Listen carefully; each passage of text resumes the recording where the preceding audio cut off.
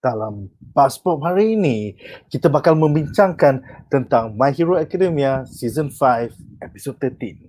Para panelis kita malam ini terdiri daripada saya, Nadzru Iskandar daripada BuzzPOP TV, Kaki anime kita Shazli American. What's up bro? Yo, what's up? Alright, serta Kaki manga kita Anri Alwi. What's up bro? What's up? Alright. So, kita akan mulakan perbincangan kita malam ini dengan reaksi satu ayat.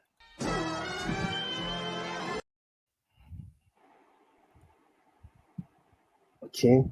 So, pada akulah reaksi satu ayat aku ialah just another filler episode. Judul episod minggu ini adalah Have a Merry Christmas, di mana it's another cool down episode di antara dua core sebelum core yang seterusnya bermula. So sebelum aku tanya korang tentang reaksi satu ayat korang, boleh tak korang explain what the fuck is a core? I thought it was C-O-R-E, tapi rupanya C-O-U-R. So kepada seorang noob anime, kalau korang boleh explain, Syah silakan. Actually first time dengar juga term ni. I think kena pass ke Anri. Anri, you tahu ke? What is C-O-U-R ni? Okay. A core is basically like a mini season in a season actually. At least that's what I deem lah. It's a mini season. Like one season of anime is usually like 12-13 episodes. In the 90s, it's usually like 26 episodes. Case in point is Neon Genesis Evangelion. It has like 25-26 episodes if you count the specials lah. Okay, a core is basically a mini season or a halfway point for that particular season. Macam after like 12-13 episodes, it will reach into new territories. They will enter a climax or set another build up for another climax. So basically, it's the midway point for a particular season. For a 26 episode punya season, basically like that lah. It's a 12-13 episode punya span. So can I say core is a story arc? Yeah.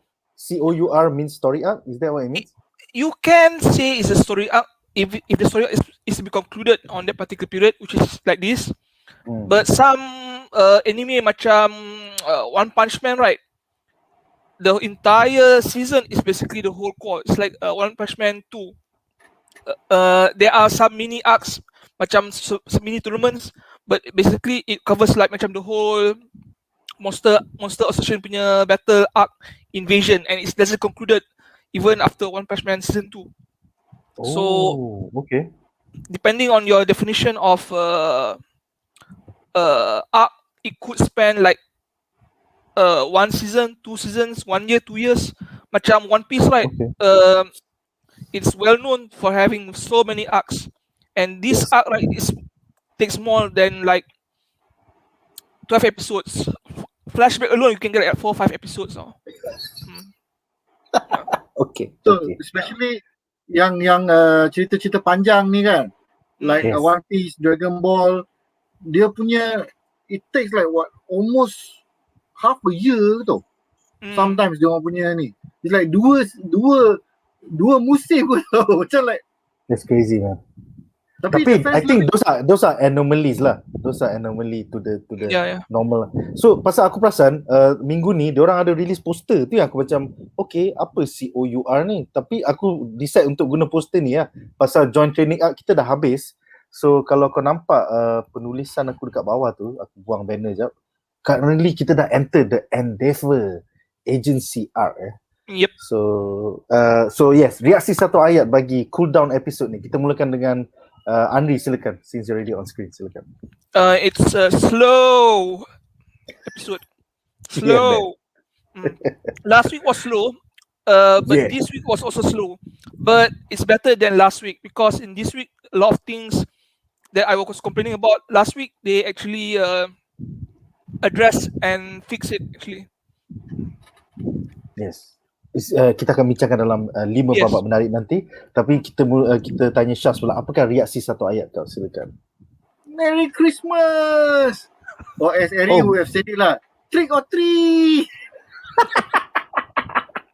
Lepas tu dia pergi holiday lain pula. Lepas tu dia Macam like, Japanese holidays yang apa, tak rekam. Dimas out, Dimas in, dia macam like, apa? Kelakar. Cute gila. I think the whole episode kan is literally kan just Christmas punya party and a few other isi lain. Because the majority of the point was about the Christmas party. Yeah. Kalau Which you notice kan, I'm not aku talking pun tak about at plan all sebenarnya. tonight, man. Kebetulan aku pakai hijau, Anri pakai merah. Kau pakai hitam. Engkau cikgu Aizawa tau. Kita ni student. Macam berjanji pula kan. Itulah kan. This was like the next in line tau. It's like, okay, the next in line, this shirt. So macam like, aku tengok Anri baju merah like, nanti kau baju hitam. Alamak. Merry Christmas. Kita ada beberapa komen daripada penonton di rumah, aku akan bacakan. Pertama adalah daripada Iqbal Lee. Dia mengatakan bahawa a core is a 3-month unit of television broadcasting corresponding to one of the 4 seasons. So quarter lah. A portion of television program aired over the course of one such period comprising 10 to 14 weekly episodes. Macam yang Anri explain. Iqbal kata dia dapat ni daripada Google.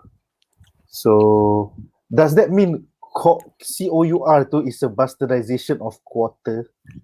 Knowing the Japanese. Mungkin lah. Could be. Sebab Jepun punya ni, they take dia orang punya seasons more seriously tau. Like you have the winter, you have summer and so on. It comes to the point where that's why you tengok they are measured in 13, 26 or 52 in general number of episodes, because that is roughly the amount of time it takes for quarter or half the year lah. So when it is like 26 episodes, you cover about 2 quarters. So that's why kadang-kadang there's a cool down period, tukaran musim or whatnot. Yeah. That's good. Sekarang baru, it's like, okay, sekarang baru aku belajar. Macam interesting, pasal American broadcasting is kind of, they are in batches of 24 weeks. Tapi they also have like, okay, they have the fall season. The fall season is when like a lot of superhero TV shows baru start, contohnya dekat CW, dekat back in the day lah. This is like what, 10-15 years ago lah. Sekarang dah dunia streaming, dah lain cerita, ikut sekati. Bila kau nak keluar esok pun boleh, kau nak keluar 2 bulan dari sekarang pun boleh. So it's changing what used to be normal. Aku nak tanya, ni off topic ya. How has streaming changed Japan? Ke Japan still like, fuck streaming, we don't care about streaming? Do they even have their version of Netflix? Or their version of Amazon Prime? Or their version of, whatever? Okay, yang aku boleh nampak immediately lah. Aku tak tahulah on dia orang punya streaming personally. But I've seen that they have come to accept that YouTube is now a viable place to stream out series. Kalau kita tengok siri Gundam, you have a lot of the series on Gundam.info. Kalau you search kat YouTube itself kan, banyak series yang dia letak kat situ. That's why I watch Build Fighters. That's why I watch Sesi. Yeah, free. Yeah. Asal tak With beritahu? subtitles. Asal tak beritahu sial? I thought you knew all this time. Baru minggu lepas kita cerita macam mana aku nak start Gundam. Lepas tu member tak beritahu sial. Oh tak, tapi because I thought you wanted to limit only to Netflix because you want to focus dekat the localnya. Tapi kalau you nak expand, because YouTube pun is available to all of us. Betul? Kan? And then you have macam Ultraman pun sekarang dah ada. Ultraman Trigger kan? Yep. Japanese with English sub dengan dub. You have a few other series lah. Space Corp Gavard baru aku pernah jumpa kot. Tak silap aku. These are like official channels by the official macam Toei, Showa, because they realise that if YouTube will give us money for showing this, why not? Buat apa nak bina platform sendiri? You know, dengan tak tahu nak boleh scale ke tak, takut crash ke apa, right? Alright, and then because you tengok if you put it there, I'm not sure how copyright works, but it allows them to like ignore some of the US. As the owner of the copyright, they can cakap kat YouTube, any mirrors, tell us, we will take that shit down. Yeah. So pandai dia orang gunakan YouTube. Okay, aku akan bacakan komen seterusnya daripada Iqbal Lee juga. Dia menambah bahawa reaksi satu ayat dia bagi episod minggu ini adalah jom ke internship endeavor. That's the thing. The thing is only going to happen next week. So basically, like this week was like, you're talking about it, but we're still in Christmas mode. So aku macam, but at least ada macam Anri cakap lah, ada lagi banyak development compared to the previous episode lah. You know? Yeah. Seterusnya Arif Fikri bertanya, Crunchyroll tu streaming diorang ke? Jawapannya tidak. Itu adalah American punya. Crunchyroll dan Funimation adalah American owned. One of the big giants lah, Warner Bros ke, Disney ke, Paramount ke, one of them owns it. Yeah, Crunchyroll is not having as much success as they wanted to, which is why you don't hear much about it at all these days lah. Because of Netflix lah, they're doing a good job in the animation punya business side. They provide original animation. They're taking the top series macam MHA. So what Crunchyroll can offer? Itulah. Same week as Japan kot. Same week. Yes, it's like maybe 2 hari lambat. So instead of keluar hari Sabtu, dia keluar hari Isnin. So I'm kind of okay with that. Yeah. Seterusnya Iqbal Lee juga berkata Japan nampak lebih open kepada YouTube. Yes, aku rasa pasal yang Shazli cakap tu, the fact yang kau boleh bagi tahu YouTube that this is the original copy and then kau cantas semua copy yang lain. So it kind of makes sense. You get paid by YouTube, you take down every other copy of it. So why not? It's pretty cool. And kita mula nampak dalam Malaysia juga, contohnya ada satu channel yang dikatakan SIAR, SIAR, siar.com.my. They are doing that with all Malaysian films daripada 50-an, 40-an, 50-an, 60-an, 70-an. So they are taking down all the illegal P-Ramlee movies because they paid for the rights to have it on HD on siar.com.my. So respect that shit, man. I really appreciate the efforts. Kau tengok Sudirman in his prime in HD. Aku macam wow. I saw that shit as a kid. Now it's like budak baru boleh tengok that shit. So respect. That's good to know. But are the original artists getting any payment in the end? Supposedly yes, they are doing this for the artists because our government and our agencies can't be bothered, you know, to actually safeguard their legacy nor give them cuts of it beyond their prime when they were like in their 30s ke 20s masa berlakon. Best lah aku dapat gaji kan. Sekarang you are in your 70s 80s, you should get something, right? Itu hot take bro. Itu there is like enough content for an entire episode of BuzzPOP.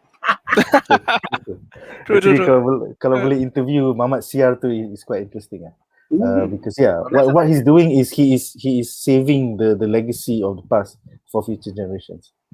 Okay, seterusnya komen juga Iqbal Lee, streaming tak rasanya, dia mesti percaya dengan siarkan kat TV channel dia orang. Yes, but for the rest of the world that has been pirating their shit, it's good that they are combating it with official subs, official aku tak rasa dubs lah, but official HD versions of it.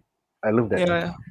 Aku tak sure dekat Japan how is dia punya streaming punya ni, but I believe that the things that they show on TV itself is already like HD punya quality tau, because most of the lanun kat luar tu with all their own subbing project and everything kan, is all with HD quality punya video. Siap ada announcement lagi, kalau ada gempa bumi dalam minggu ini, sila jangan panik. On the week that there was a gempa bumi, tahu je like, oh ya ke? That's when I realised that they actually captured the original broadcast punya TV punya broadcast. So it's very beautiful quality lah kat sana. Nice, man. Original rip lah, memang original rip. Itulah. Okay, komen seterusnya daripada kategori The Great. Crunchyroll streaming USA yang buat sub English. Dia macam Netflix jugalah, tapi hanya sub yang dia buat. Cool. Thanks kategori. Seterusnya Caleb Paul mengatakan Japan needs their own streaming service. I don't think so, because they are monoculture. That means they're good in their own language, tapi bila kau nak kena serve the rest of the world, kau nak kena ada menu dalam bahasa French, English or whatever shit, why don't you just plug and play and guna a channel ataupun a platform that already exists like YouTube. Therefore kau punya reach, global reach is way better and you get monetized. Why not? I also disagree because of the simple fact that Japan has its own platform. One is going to cost more. Second, it's going to be a big hassle for anything to be screened. You have to understand, Japan has a long history of copyright protection. Anything that comes out, a song, even a 3-second macam music beat kan, they can take it down macam like it's nothing. Nintendo is one good example. You cannot feature gameplay streaming on YouTube. Betul. If they have their own platform, it's going to be tighter. So you might as well they're putting up with Netflix or Amazon and do something together and save money by not investing into the infrastructure. Leave it to the experts lah.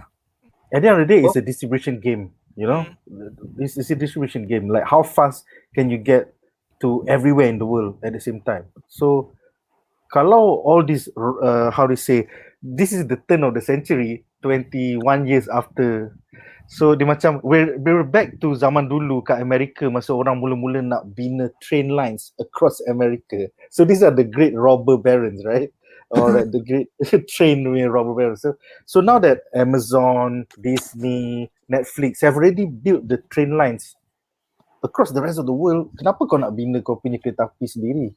You know, you can use their lines. Shaz? There's also the matter of dia punya economics, because kalau you tengok the amount of people who want Japanese program, kat Malaysia ni nampak macam banyak tau, but from the rest of the world it's not as much. We may think anime itself is a big culture.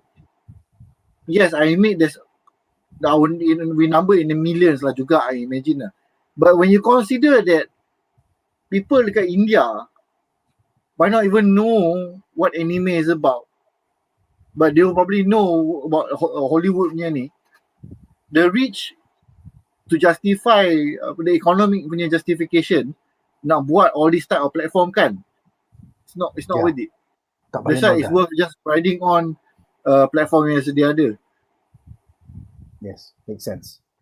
Dan komen terakhir untuk malam ini, untuk segmen ini daripada kategori The Great.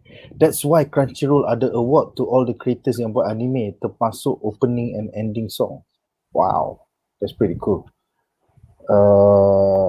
Arif Fikri juga menambah, ada suggestion YouTube channel official lain tak? Saya just tahu Muse Asia. Tengok OPM dengan Tokyo Revengers. By the way, tak nak cover Tokyo Revenger ke? Baru 11 episod. Tokyo Revenger tu apa sial? Anybody want to tell me what is a Tokyo Revenger? I don't know. It's anime about a guy who travels back in time to save his ex-girlfriend from getting killed lah. At least that's what I can remember from the synopsis. I just saw parts of it. It's not really. I'm not really that interested in delinquent type of anime. It involves a lot like gangs, high school delinquents. Last anime I saw regarding on time travel was Erase. I think you have heard of it. And one more, that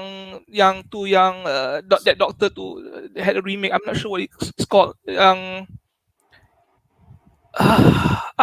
mind lah. Okay, so by the way, Arif Fikri was asking official channels. Shaz, any official channels yang kau boleh recommend, and then kita tanya juga Anri. Well, one yang tadi yang Gundam lah, Gundam Info. Yang Ultraman tu pun ada satu. Jadi nanti lepas habis our stream kan, on your post tu nanti aku akan sharekan a few of the channels yang aku tahulah dekat YouTube ni. Terbaik. Kau komen dekat YouTube pun boleh, dekat Facebook pun boleh, and then I will just copy or something. Alright, thank you. Anri, do you have any official YouTube channels yang kau follow? Selain daripada... I can't help you, buddy. I cannot help you, buddy. Okay, pirate. Okay, pirate. I don't say pirate, I say unofficial. Unofficial. Okay. Unofficial sources. Verin, yeah. Exclusive sources. Dengan itu, berakhirlah reaksi satu ayat kita dan kita akan membincangkan 5 babak menarik daripada episod minggu ini.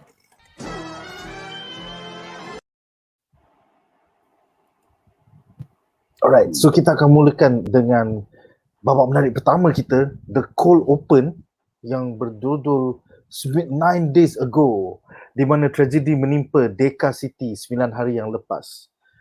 Dia ada voice over. Aku tak tahu suara siapa ni. Aku ingatkan mula-mula suara principal, tapi suara principal terlalu feminin. So it cannot be suara DEKU juga. So if you guys can tell me later, but I will read the quote first. It was the prologue to a tragedy. While we were still unawares, the seed of a disaster was being planted. ... And then kau nampak within that rubble, there was like a bunga. And then this motherfucker steps out of it laughing and blood, feel on his face. Kemudian the other quote in this episode was by the newscaster. The rioting of just 20 people drove Deka City to destruction in about 50 minutes. This incident seems to be a ploy by villains to lower the public's estimation of heroes. So, nombor satu, who the fuck was the voice over guy? Do you guys have any idea in your brain ataupun spekulasi? Tak ada. Aku tak kenal voice tu. Yeah, it wasn't any of your regular voice actors tau. So Tak ada. like, siapa yang cakap tu?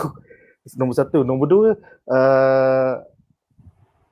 kita nampak yang public sentiment after Endeavour save the day against that whatchamacallit, I can't remember what's the name of the mutation again. What do they call these mutations?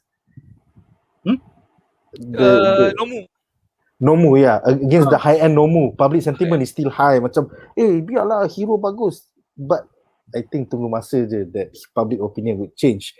So soalan aku kepada para panelis, apakah pendapat anda tentang cold opening yang epic ini? Siapakah 20 orang yang menyebabkan gempa bumi di Deka City? Kita mulakan dengan Anri. Shaz, are you okay kalau dia spoilery sikit? I mean, it is about the second core. Tak, I can guess who that is already lah. Oh, okay. Anri, can you bagi tahu sikit based on manga? Silakan. Based on manga. Okay. Currently the manga, everything has happened according to what I expected. And DEKU has become the hero that I wanted. So look forward to that. He has become more competent lah, basically, at the price of something like else lah. But as far as for this episode, right, I have no idea who's doing the voiceover because if you read the comics, you just also see the writings, so we don't hear the voice, we don't expect. Oh, okay. So we have no idea who's talking, and I can't remember who this is. But as far as idea of what happened, okay, it's like this: the League of Villains, right? They have been defeated, but they are not out. So they are doing all this destabilization. This is all dia punya chapter semua. Is this a spoiler part? I think it is the next 13 episodes, right? Yeah, it's the next episodes. Yeah. We'll see. And we already had all for one saying that tak apa, budak-budak aku akan datang. He's just relaxed in the jail. So yes, continue. I'm Okay. interested. All right. Usually when the boss has been captured or defeated or killed, right, their punya lieutenants will be up to their punya own devices, and they would do some things in line with the wishes of the boss, or they do something else for their own ambition, build up their own power base. This is one of the many things that's going on with the League of Villains. So you will see in the future episodes how Shigaraki is going to consolidate his power without the All for One watch over him. Oh. Yeah. So this is actually either a part of what he's doing or something orang yang lain buat yang that's supposed to work for All for One but doing his own thing. So he's going to step forward and how you say, stabilize the organization. Hence, you will get the villains up in the future. So dia macam orang tak respect Shigaraki as the true heir of All for One ke? Maksudnya I pass down this organization to you ke macam mana? I think a lot of villains know that he is All for One's boy, but you have to understand, even if they do know that he's All for One's punya heir, boy, protege, whatever it is they call him, they may or may not follow him because one, they have their own greed, ambition, plans. Yeah, I mean they're villains. They're not going to follow orders. Or two, they're just like, okay, I still support All for One, but he has to prove himself lah, that he's not just a kid. Yeah. So so it makes sense. So all these chapter leaders or gangs or circle operators, whatever it is, they are doing their own things and wait and see lah. So Cool. that's in a nutshell. Nice. I like this. It reminds me of the current storyline in Spider-Man right now. It's called the Sinister War, where Doc Ock has his own 5 people to become Sinister Six, and then Vulture, that is always second in command, tak puas hati, make his own, the Savage Six, and then now they are fighting each other, 12 villains, and then Spider-Man is like, guys, I thought you guys hate me. You know, why are you fighting against each other? It's kind of funny. But anyway, Shaz, what are your thoughts about the 20 villains that attack Deka City in 50 minutes? For one thing, aku rasa yang dalam gambar ini pun is this is Shigaraki, aku rasa. Huh? Is that Shigaraki? Aku rasa so, because dia punya rupa tu, it looks very like disfigured and whatnot, and then rambut dia tak silap aku putih. It might be Shigaraki, it might not lah. But where's his arm? Where's his... Itulah. That is the question kat situ lah. The arms, the hands tu might be moving around causing decay. Aku tak tahu. Itu spekulasi. Kenapa dia bogel? Baju dia dikit sekali ke? Sebab dia baru habis lawan. Okay. Although it did say rioting of 20 people. Initially I thought macam orang keluar daripada penjara, tapi rioting of 20 people. Okay. Yeah, itu okay. When they say riot tu, aku rasa is a cover up. They don't want it to go out of how shall we say, dia tak nak orang panic tau. Macam like villains are going everywhere. So they just say a riot. So macam orang-orang nakal instead of actual full powered villains. Whereas that specific scene yang ditunjuk sini, if that is really Shigaraki, then we know it is actually a concerted effort. It's not just a random, you know, budak-budak rempit mengamuk, pecah botol, mabuk-mabuk pukul 2 pagi kind of thing. And then mula-mula based on the cold opening, I thought it was one guy. If it wasn't for the newscast lady cakap it was 20 people, aku tak tahu betul-betul. Kimak, tak nampak 20 pun nampak seekor kan. That's the funny thing tau. Was it really 20? Yeah. Maybe this is the cover story, Yes, because we know for a fact that there's a super villain character here. Yeah. But dia orang tak tunjuk tau dalam the news report. Yes. And then that's why, you see, kalau budak-budak rempit buat hal, even, you know, average, you know, tier 2 or tier 3 punya heroes should be able to handle it with police punya support. But this one they just kena swept away tau. It looked like an earthquake, man. Sampai bangunan-bangunan hancur apa. So it's not really just a basic punya criminal. Bukan macam mama ombak last week tu.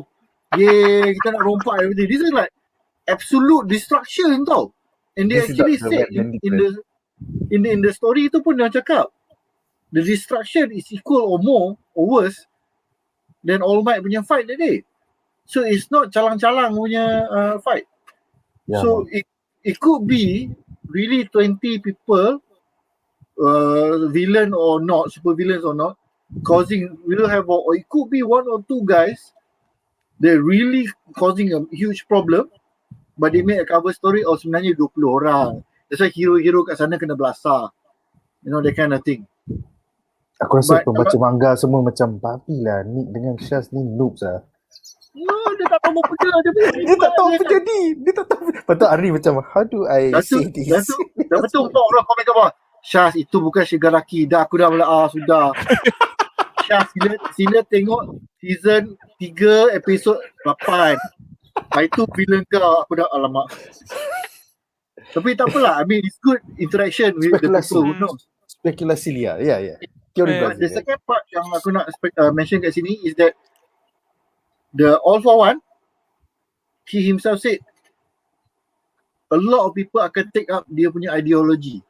Yep. Yes. Which is more important than Shigaraki himself. Shigaraki tu is like dia punya anak lah, you know, that kind of pet project. Hopefully he can succeed, but if he doesn't, well, his problem lah, not my problem kan. Yes, betul. Pasal dia dah kena, sebab tu dia boleh mengancing. Ya biasa. Okay, so aku akan bacakan beberapa komen dari penonton di rumah yang juga rasanya membaca manga ya. So, so kategori The Great mengatakan voice over dia dengar DEKU je tapi selalu kerja MC present mic. Okay. Kemudian Iqbal Lee pula cakap, ya, suara DEKU. Memang suara dia selalu untuk monolog. Cuma untuk monolog selalu DEKU pakai suara serius. Okay. Are you sure there was the voice actor for DEKU that said it was the prologue to a tragedy while we were still unawares the seeds of a disaster was being planted.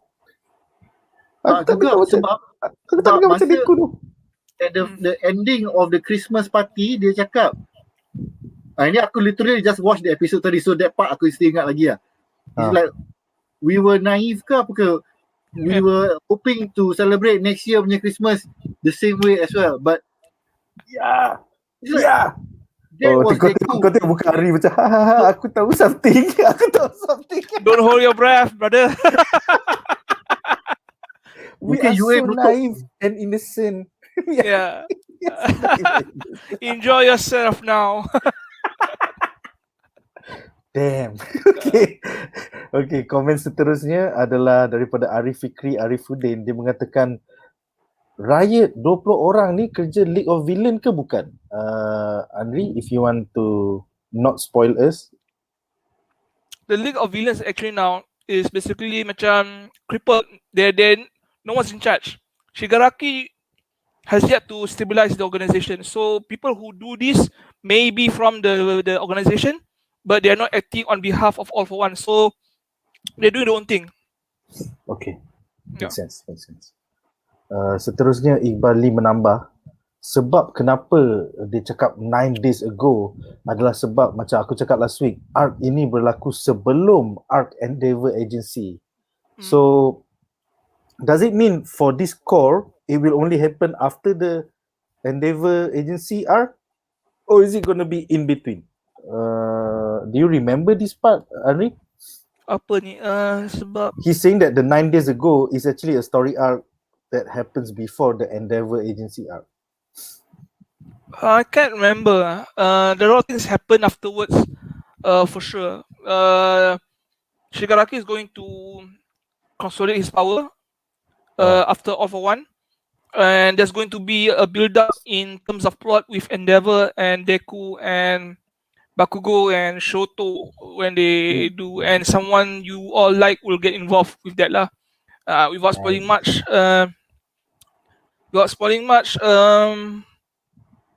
I can't remember. Sorry. Okay. So according to Iqbal, they are going to adapt it tonggang terbalik ah. We're going to see Endeavour first before we see this 9 days ago thingy, which he did hint to last week. Yeah. Maybe that 9 days ago related more to Shirogaki than Endeavour, but like I said, this how they present right now, it's new territory for all of us lah. That's cool. And then Iqbal juga menambah, dia jadi pening sebab nak match dengan movie. Is the movie? Oh, because the movie is about the Three Musketeers, right? Which is the three roles. Todoroki and then Bakugo and DEKU. So I guess that's why they bawa the Endeavour arc in front, so that the payoff is in August. Orang boleh pergi cinema tengok Three Musketeers. I think we'll talk about the trailer selepas ini. Bila harapan untuk minggu depan kita akan bincang tentang trailer juga. So I think dengan itu berakhirlah segmen ini. It's a nice mystery. I want to know more, but I hope that the payoff is tak adalah sampai habis Endeavour arc. Like give us in between lah. If you already, hinting macam dah tak ada Christmas dah tahun depan, 9 days ago something happened. Like don't tell me like 13 episod kemudian baru you gonna talk about it. 13 episod kemudian the season dah end. Don't fucking just like gentil lepas tu like okay sorry next season 1 tahun setengah dari sekarang. Fucking man. Okay, kita akan ke babak menarik kita yang kedua. Okay, so babak menarik kita yang kedua adalah Mount Lady. Mount Lady kan? That's what MT means, right? Mount Lady. Yeah, Mount Lady, media training, which the sub was like media practicum, Gila babi Latin. Anyway, di mana Mount Lady mengajar kelas 1A cara-cara berdepan dengan media. Media training is pretty important ya. As we saw Bakugo punya experience. Dua quote menarik. Pertama, Mount Lady mengatakan, "Today will be media training. I, Mount Lady, active hero and gorgeous hot commodity, will teach you how a hero should behave." By the way, minggu ni aku tengok Kiss anime ya. So kalau dia punya sub tu sampah sikit, English dia hancur, bukan salah aku, okay. Aku tak sempat nak tengok Netflix. So next, Mount Lady mengatakan, "Your ultimate moves are symbols of you. Let people know what you can do through your moves. For real-time teamwork with other heroes, warnings against villainous crimes, and having people trust you with their lives, there's meaning behind why heroes yell the names of their moves out loud." So soalan aku kepada para panelis, this was quite an comment aku macam apakah maksud Cikgu Aizawa by all the heroes are being influenced by the number one hero, Endeavour? Adakah kehadiran Endeavour sebagai number one hero menyebabkan hero zaman sekarang lebih vain dan glory seeking juga? Kita mulakan dengan Shaz. Apa pendapat kau? Silakan. That was quite a weird comment by Aizawa. Pasal Mineta macam, awak ni selama sejam ni cerita tentang media je, tentang diri sendiri. Like, bila nak ajar pasal hero? Ya, silakan. Dia macam ni. It's not that they are becoming more vain and whatnot, but it's because Endeavour is somebody who they feel All Might ni kan, kalau kau bandingkan antara bukit dengan Mount Everest tau. Endeavour adalah bukit, All Might is the Gunung Everest. Kau macam like, kau tak payah buang masa nak kejar. Endeavour pun tak boleh kejar. You yang kecil-kecil, ciku-ciku ni, don't waste your time lah. But as Endeavour has shown that if you try hard enough, there's a chance for you to go up. And the ranking of the heroes pun berubah-ubah. Mind you, this is the part that Stan did not like. Because the hero punya ranking is arbitrary on your ability to perform, heroic punya acts, your popularity, your punya media presence and whatnot. That's why kalau you nak tengok, Aizawa is not top 10, tak silap aku. Padahal his ability is quite strong. Even though he's a great hero, yeah. All of the teachers dekat My Hero Academia is not top 10 at the moment. Ada ke? Ya, selain daripada All Might dulu, I think none of them are top 10 material because they are not in the public, they are not performing a lot of heroic acts, so diorang gagal kat situ lah. And then semua, kalau kita tengok kan, Mineta punya reaction was the best lah. DEKU. Dia macam like, hyperventilate tau, hyperventilate.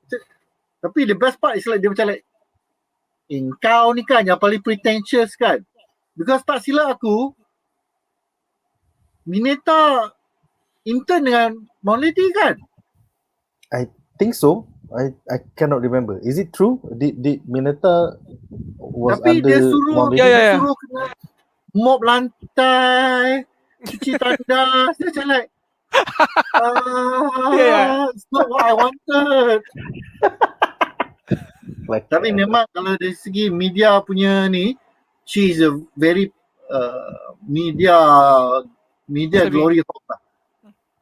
But it was pretty cool. Aku ingat dalam first episode of this whole series, it was Mount Lady that defeated that shark giant guy, right? Yes. That was it's a pretty nice callback, man. It was like, woo, wow, macam melayang mawak tu. Yeah. Kamu ibu macam like, hello, aku baru nak hero, kau dah buat apa ni? Kau siapa? Tapi yang funny tu kan, kalau tak silap aku, after that, dia orang start dating tau. Aku tak tahu. Dang. Okay. But yes, aku agree dengan apa yang Shah cakap tu. Apa yang Stan cakap tu betul. This is a part of superheroics yang aku don't really like, man. And I feel, it will bring things to a head. Anri, apa pendapat kau? Without spoiling things. I've once worked for a PR firm at the finance department, and I'm very familiar with PR work lah. And yes, unfortunately, Stan's right. the hero business is more like a real business right now. They have to have a corporate image, they have a media presence, they have to be media savvy, and my lady is there to teach the students how to actually talk to the media, basically. Which I think is one of the dumbest thing lah. If you want to stay alive in the business of superhero, one of the question she asked Shoto, "What's your best technique? Can you show it to us?" I mean, like, what the hell you want to show to your future enemies what you can do and make them have some prep time to counter it? Yeah, betul. Yeah. I mean, we were talking in the joint training arc. We barely know anything about class 1B. Tapi if the media training is to show off your shit, that doesn't make sense. Yeah. I'm like, if you want to have a media, right, you say, oh, what's your goals? What's your plan? What's your philosophy or something like that? Ini tak, show us your move. What's your weakness? Do you have where does your family work? Where do you stay? What's the color of your doorhouse? Even Avengers tak suruh like, okay, there was that one time lah, my name is Peter Parker, I am Spider-Man, but beyond that, Iron Man tak suruh buat benda-benda bodoh je ni. Okay? Yeah, you ask all these stupid questions. It's a slow suicide. It's non-productive. So either Mount Lady is playing around, not being serious, or she's not that media savvy when it comes to, media training. And what do you think of Aizawa's comment about the vainglory seeking shit? Vainglory. Yeah, he was spot on that. Aizawa is basically one of the realest heroes in the My Hero Academia universe. He's a practical hero, which is why he dressed almost normally. He dressed like a, what you call that, antisocial hermit, which is basically what good heroes are. So he doesn't he doesn't cater to the public. He doesn't cater to fashion. He just caters to his duty. So if you want to ask advice, Aizawa's the man to listen. I think you better listen to him than you listen to All Might. All Might, kadang plus ultra. Let's do our best. She plays out to the media as well. They are the branding there, you know. Yeah. Wrestling terms, All Might is like Hulk Hogan. Take your vitamins, exercise and shit. And basically, Aizawa is like Batman. No, Undertaker. He's like Undertaker in the sense. He's like ring root. All you are fat, gain shape. Yeah. Which is true. Like most Americans at the time, right, were obese. So he was she's sending a message, but people don't listen. Yeah, man. Like that. Okay, kita ada beberapa komen dari penonton di rumah. Nombor 1 daripada Iqbal Lee, dia bertanya, kau rasa artis-artis Malaysia jalankan training media macam ni tak? Aku just cakap satu word lah, Nilofa. Kau rasa?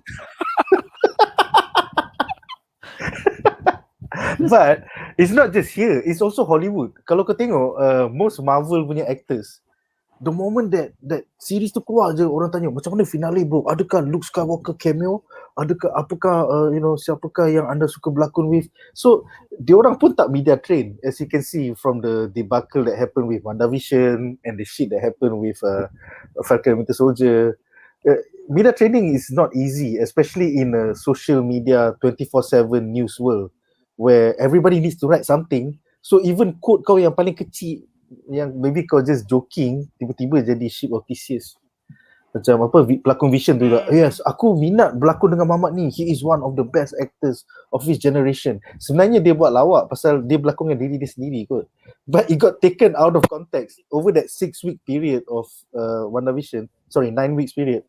Sampai websites need to make clickbait articles for you to click on it and for you to share on it, for you to tell your friends. So this is unfortunately the world that we live in, media saturated world. Kau tahu ni, siapa yang artis mana yang paling power media training sampai sekarang? Siapa?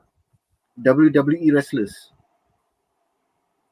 They are trained to the point the wording, the intonation, dia punya reaction, semua is like spot on. Even in public kan, macam like, are you yourself ataupun are you your wrestling character? I think they're always in character, man. Always in character. Especially kalau dia like I'm John Cena with a belt. Aku mesti hero lah. Aku tak boleh jadi mamat yang pusing lah. Bangsat. Tak boleh. Dia hero. Yeah. I agree. And it serves them beyond the wrestling punya career. Contohnya The Rock ataupun Dwayne Johnson. He's superb on social media, man. On Instagram, on Twitter, on Facebook.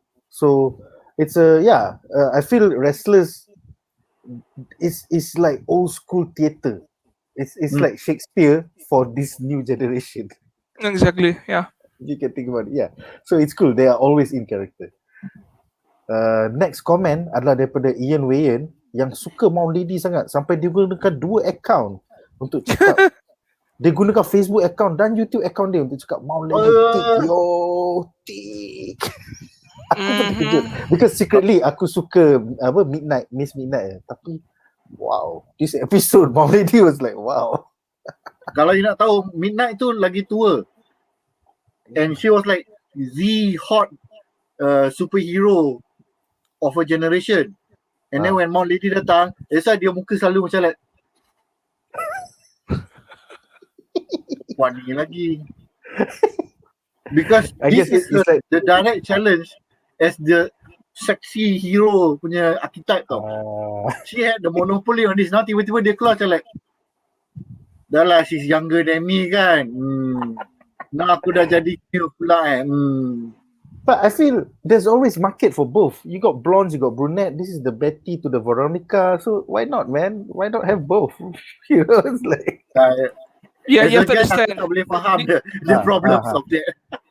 You have to understand this woman thing. They are vicious among each other tau. Yeah. Kalau they can hate on men, but amongst women is more personal. So you have to understand lah. The claws comes out. Okay, next comment. Iqbal Lee mengingatkan aku, jangan kuat sangat cakap website tu ni, marah Zaflog nanti. Yeah, Zaf kan hari ni lamenting about Netflix and how they give lapsap screener copies. Remember in the group, Shaz, and if Anri's in the group as well. Yeah, I know. So yes, kita faham. Tapi at least dia dapat screener copies daripada Netflix, so should still be happy, okay? It's like dia kalau orang tu suka komplain kan, apa hari panas, hari sejuk, hari tak panas, hari tak hujan, semua pun tak bagus. Benda yang sedap pun boleh komplain. Kenapa benda ni tak cukup sedap padahal dah sedap? Itulah. Tak boleh cakap apa kan? Okay, next topic. Kategori mengatakan Mineta sebenarnya trauma dengan Mount Lady. Then Ian Wayan menambah Mount Lady tick menggunakan akaun terbarunya. And then Arif Fikri mengatakan dah season 5 baru aku perasan yang Todoroki ni lurus rupanya. If I smile they'll die. Yeah, anybody remember that scene? Yeah, ada. It's like you have a killer smile. The girls will die. Smile like girls will die if I smile. Mount Lady pun macam like, okay lah, whatever lah, drop it lah. Tak, this one is because dia socially awkward. Because dari kecil dia socially awkward. So daripada kecil dia kena bully pada father and all that kan. Tak ada interaction with other people. So dia jadi bendul tau.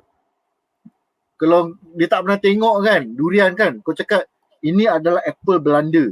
Wah, dia ambil durian tu, weh apple Belanda ke, apple Belanda. Lepas tu satu Malaysia tengok dia macam like, kau kena tipu bulat-bulat tu. Kena tipu bulat-bulat. Okay, kemudian seterusnya Iqbal Lee menambah bahawa the first time lurus bendulnya Todoroki ni time season 2, time dia tanya DEKU, kau ni anak angkat All Might ke? I don't remember that, but that's pretty funny, man. I think dia confront kot at one point dalam tanah tak silap. Maybe not the exact wording, but that was dia tanya lah, macam like what is your relationship dengan All Might? Sebab cara lawan dia lebih kurang sama. Sebab tu dia notice lah, dia notice.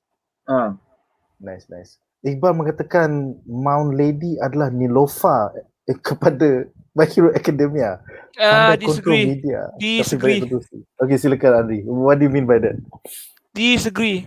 I think Nilufar tak pernah apa potong pecah apa undang-undang negara compared to Nilufar. Sorry lah. Okay. Kalau ada Maulidi MCO kat heroin Jepun, kot. Maulidi tak akan pecah MCO. Okay. Pedas. Okay, seterusnya kategori The Great mengatakan, rasanya media training is important dalam dunia hero. Ini menjawab persoalan gentle criminal. YouTube gagal mempengaruhi all the villains kelas rendah. Gentleman villain tu dia seorang YouTuber sebenarnya yang tersakiti ya guys. Pasal tak ada orang like atau share dia punya videos. Aku faham perasaan dia. But yeah, it's true. I feel this is the darker side of heroes yang it's not important to the job, man. It's Tapi what important, you know? Pasal dunia that All Might and Endeavor has built, jadi benda ni important. Sebenarnya because it affects your ranking lah, whatever shit. But does it affect your effectiveness as a hero? I doubt it, man. You know? Actually kan, you raise a point. When you mention All Might, kalau All Might punya style, you always macam akan scream out dia punya name of dia punya move and all that kan. So because All Might ni is called the symbol of hope. Symbol of hope. So he is so far above the power level of all the criminals that he can afford to do it. So orang semua pun macam ikut lah dengan dia. Oh, prominence burn lah, apa all this mountain kick lah semua ni kan. But masalahnya their power level is not to the level of All Might tau. They do not inspire fear like All Might inspires fear, because All Might has only canonically lah only ever lost to also one. Dang. He has never lost to anybody else. So that is unfortunately, this is the legacy of All Might juga secara tak langsung it worked for him, but the heroes forget they are not All Might. So when they start exposing their punya super move and all that, it's going to be counterproductive lah, macam Anri kata tadi. And it's not like dia ni jenis macam monoma. Aku punya kuasa 5 minit je bro. Padahal you know clock semua tu menipu je. It could be like half an hour sebenarnya power dia kan. All the heroes I think that is the inverse of this. Bila kau dah to the level menunjuk-nunjuk, they come the opposite of it. Oh, so pasal kalau semua orang menunjuk, aku boleh menunjuk tapi aku menipu at the same time. Kau faham tak? It has created a cult of mania which is fucked up in superheroes. Monoma is smart in that sense because he uses information to con others. Tapi heroes ni, they are expecting their name alone to carry weight. To put fear in a lot of villains. But it's not going to work lah because they're not at the level of All Might. I look forward to the day when all this nonsense crumbles. Kita tengok muka Shell macam, what the fuck? Okay, komen seterusnya daripada Presiden Mount Lady Estate, Club Mount Lady Estate, Ian Wayan mengatakan, Mineta intern dengan Mount Lady. Mineta trauma sebab Mount Lady bukan feminin. Nampak je cantik tapi perangai buruk. Unfortunately, in my first 40 years of life on this earth, aku kenal juga beberapa wanita cantik macam ini. So banyak. Buyer beware. Yes. Seterusnya Arif Fikri mengatakan, bila korang bincang macam ni, aku terdetik pasal traitor dalam UA. Entah Mount Lady yang traitor. Secara halus dia suruh hero expose weakness dalam media. Thank you for raising this. I dah agak I have a new hunches on who's the traitor for My Hero Academia. Thank you for raising this question. Before I just prepare, I said it was Naval Laser, but after some time thinking, right, it's not confirmed, but I strongly believe there's 2 traitors in the UA Academy. The Principal Tikus and Hagakure, the Invisible Girl. Sejak bila storyline traitor ni aku totally forgot by the way. It was raised after season 1 when the UA got infiltrated, kena serang Nomu and Shigaraki appear for the first time dekat dalam training semua tu. Yeah, they say, oh, how did they break in? They must have an inside person. Yeah. Oh, okay. So that's the theory of there being a traitor in UA lah. Yeah, I agak the tikus is the principal is a traitor because one, the tikus, he's basically a rat. Second, how do you think he get his job? Bro, dia Mickey Mouse bro. Okay, dia bukan rat. Okay, kesian dia. Same thing. Same species. The rodent share punya family. You have to understand, he was in charge of the investigation and he said, oh, we have no evidence that there are anyone is a traitor. Hanky-panky. Yeah. So he's in charge of the investigation. He probably can change the result. And agak Hagakure is the traitor because we literally do not know what she looks like, who she is, and we don't even know the motivation. We don't even see her family. Maybe Hagakure is not real at all. Maybe she's a projection of something else. By the way, somebody shared in our WhatsApp group the bullshitness. Her action figure was $17.99 USD. It was 2 gloves and 2 shoes. There you go. If that's not evil, I don't know what is. You're selling nothing for something. There you go. More evidence. It's as bad as like Mattel releasing, Wonder Woman's invisible jet. Okay, silakan. I could be wrong, but evidence. Who is the traitor? Firstly, yang aku pun suspect that the headmaster could be dia punya ni because tak silap aku when he was younger he was tested upon by humans. Dia ni macam dia tau. Dia macam Rocket Raccoon lah. He's like Rocket Raccoon lah in a sense. Yeah. He is a mutated tikus or something. So he was experimented on because dia punya intelligence is superior to humans by a lot of things. So satu, he has a natural anger towards the people who experimented on him. Does this translate to anger towards, to betray his own student and everything? Aku tak sure. But here's the thing that really make you wonder like, because All Might cakap all the students in UA are heroes. They have hearts of heroes. Nadzru pun macam like, saya setuju. Because he knows he is the evil one. Yeah. That is the part kalau kita setuju lah. Because he has, like Anri cakap, he has all access to all the data. It's not just one person. Dia ada semua data. He is the one who can see everything. He's the one who can say case tutup, tak ada villain. Cuma yang funny-nya, people are saying that the mangaka kind of forgot about the traitor punya part. Aku lupa tu. Until Arif Fikri brought it up. I like, what the fuck? Aku lupa lah. Mangaka tu lupa tau. So, there's two ways you can go about it. He could just pass it off as a rumor, or he can just pass it off as an infiltration that was never found. That means it really was a traitor, but it could have been a shapeshifter. Or someone who you cannot see. Yes. Tapi Hagakure as a projection aku tak setuju sebab clearly dia tunjuk dia tengah makan. Yes. Masa Christmas. I say she could be a projection, but if she is a real person and that doesn't change the fact that she could be the double agent, the traitor inside UA, because who's a better spy than someone you don't see? Someone you don't notice. Yeah. Correct. Kalau if you want to put it that way kan, then we can also nominate 1B punya shadow. Oh, Kurohiro. Yeah. But I mean, you see there's a lot of candidates in that case and kita tak tengok lagi they could just the mangaka could just say, oh, he's a student from the second year. Siapa? Mamat kau tak kenal. It's not the big 3A, ni mamatnya.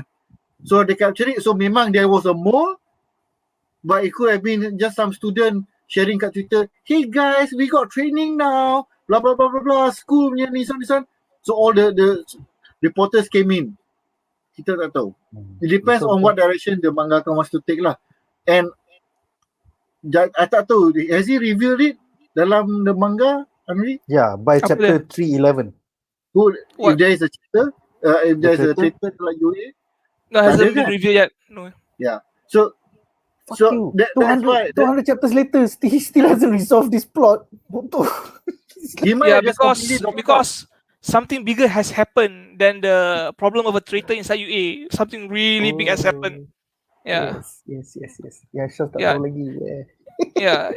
The spy in UA, the possibility of spy is a serious problem. But what's happening to the world in My Hero Academia at that particular moment is really shit hitting on the fan punya big deal business. Yeah, it overshadows everything. Yeah, but it's the not say shitstorm, it's the deep impact of shitstorms. It's like a asteroid made of shit hitting the earth. Whoosh. By the way, somebody in the group last week shared Hagakure punya supposed what she looks like. Did you see that in our WhatsApp group? No, I didn't. I saw the picture, tapi dia macam ni tau. There was at one point when this is something that other fans disputed lah, that the mangaka and another manga punya writer, they drew macam fan art or what they expect another character is to be. So it's not the actual character, but it's like fan art. By other mangaka, but because they drew at the same time in the same panel ke apa ke, so they were like saying, oh, this is the actual character, but it's not. It wasn't canon. It was more like agak-agaknya the girl looks like this. So are you telling me by 311 we still don't know what Hagakure looks like? Wow, gila. But dia macam ni lah. Aku rasa Hagakure, there's another reason why she is not a traitor. It's because Aizawa and All Might went to meet every single all the parents of all the students. Oh, okay. The first year. So we know for the fact that they exist, cuma tak pernah tunjuk. Okay, makes sense. Okay, maybe I'm wrong, but maybe it's just I don't like Hagakure because she reminds me of Sue Storm Richards. Yeah. Who basically cheated on her husband with Nemo. So yes. Yeah, what's that comic yang dia ada anak Franklin? The Richard thought he was a mutant, but actually he anak haram Nemo. Oh my god, yeah man. What's that? Yeah, that funny comic. What if is it? What if? Not what if. It's a Fantastic Four. It's the comic apa yang dia. They show every arc, every story, major story of Fantastic Four, tapi dia macam condensed lah. It's in terms of comedic. Oh, is it Brand Egg? BRANDECCH? Could be lah. It's just came out like a few years back.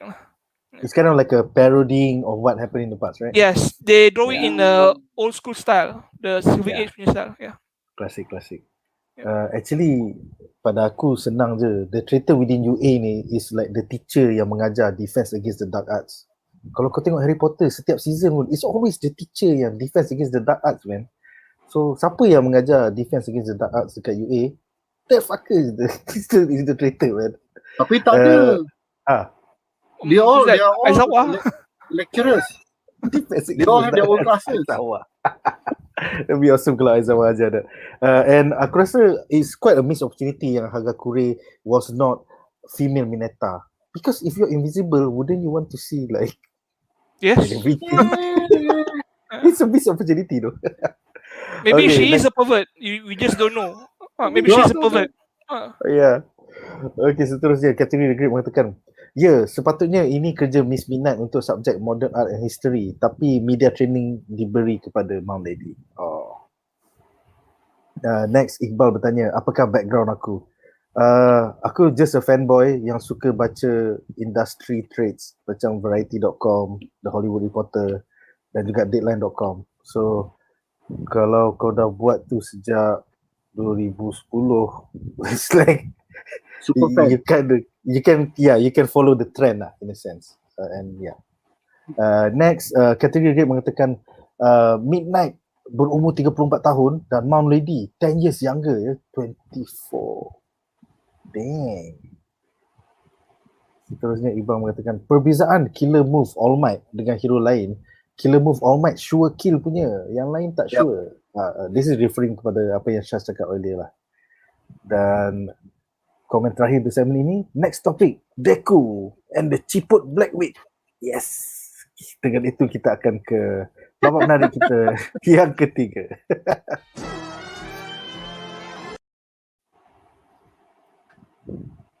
Dia teka betul. Yes. It's already on our YouTube punya points already. But yes. Oh, ya ke? DEKU, yes. DEKU Black Witch di mana DEKU berjaya mengatasi mental block untuk menjadikan kuasa terbarunya Black Witch. So, kita ada satu quote panjang lebar ya. DEKU mengatakan, in the 2 weeks since then, I've been practicing, visualizing it every day. It didn't disappear. The man said to master the power. It's a power that's waiting for me. I've just put a lock on it. Ching! But it's still there. Gila lame though. If I've put the lock on it, it means I can choose when to use it and when not to use it. I'm now past the phase of not using it. Aku macam kibat lame sial. Memang literally it was a mental block. Fucking mangaka man. So aku punya soalan kepada para panelis, apakah pendapat anda tentang DEKU berjaya menimbulkan Black Witch Ciput kembali serta mental block nerf kepada DEKU yang diimpuskan oleh mangaka? Kita mulakan dengan Anri, kaki manga kita.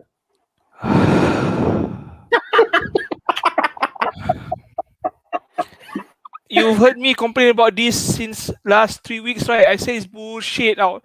There's no mental block. He can use it anytime he wanted. He just doesn't want to use it. He say, oh, I cannot use the Black Witch. Like, I cannot kencing, cut kangkang or something like that. It is, which is bullshit now. He has already proven out my point. He can use it when he wants to. He's just takut guna. That's not a mental block.